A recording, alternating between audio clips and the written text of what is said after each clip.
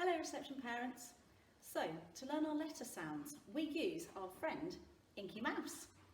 Inky Mouse lives in a hole, in a wall, in a house with mummy, daddy and a boy and a girl and a dog. Your child will be able to tell you what they have named them in their class. So each time that we introduce a new letter sound, Inky helps us with an action and a song. I'm just going to go through the letter sounds that we have learnt already.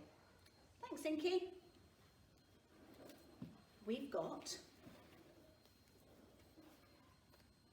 S.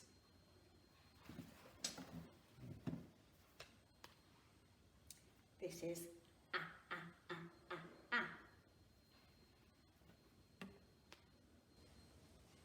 T, T, T, T.